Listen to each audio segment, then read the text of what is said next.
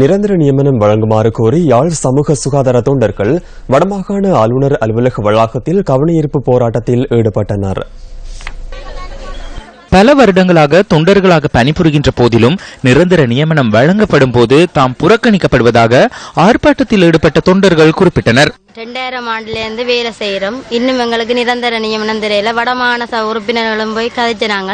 அவர்களும் எங்களுக்கு தருவதா சொல்லி நடுகளும் மாற்றிக்கொண்டே இருக்கிறார்கள். இதற்கு ஒரு முடிவும் இன்னும் தெரியல. அதுக்கு பிறகு இப்போ 1000 பேர்ன்னு சொல்லினோம். இருக்கிற 750 பேருக்குமே தருறதுக்கு இன்னும் முடிவு காணல. அதுக்கிடையில் 1000 பேர்னு சொன்னால் எவ்வளவு குழப்பங்களா இருக்கு. எங்களுக்கு ஆதார தொண்டராக 13 வருஷமாக கடமையாற்றி வருகிறோம். வருஷம் குறைஞ்சாக்களை எடுத்துக்கொண்டிருக்கிறோம். எங்களுக்கு எந்தவித ஒரு முடிவும் சொல்லல. நாங்கள் இப்படி ஆர்ப்பாட்டங்கள் செய்தும் எங்களுக்கு எந்தவித முடிவும் கிடைக்கல. இன்றைக்கு ஏதாவது ஒரு முடிவு கிடைக்கும் நினைச்சு குழந்தைகளையும் கொண்டு வந்து யாழ் மாவட்ட சுகாதார ஊழியர்கள் கடந்த வெள்ளிக்கிழமையும் கவனஈர்ப்பு போராட்டத்தில் ஈடுபட்டிருந்தமை குறிப்பிடத்தக்கது.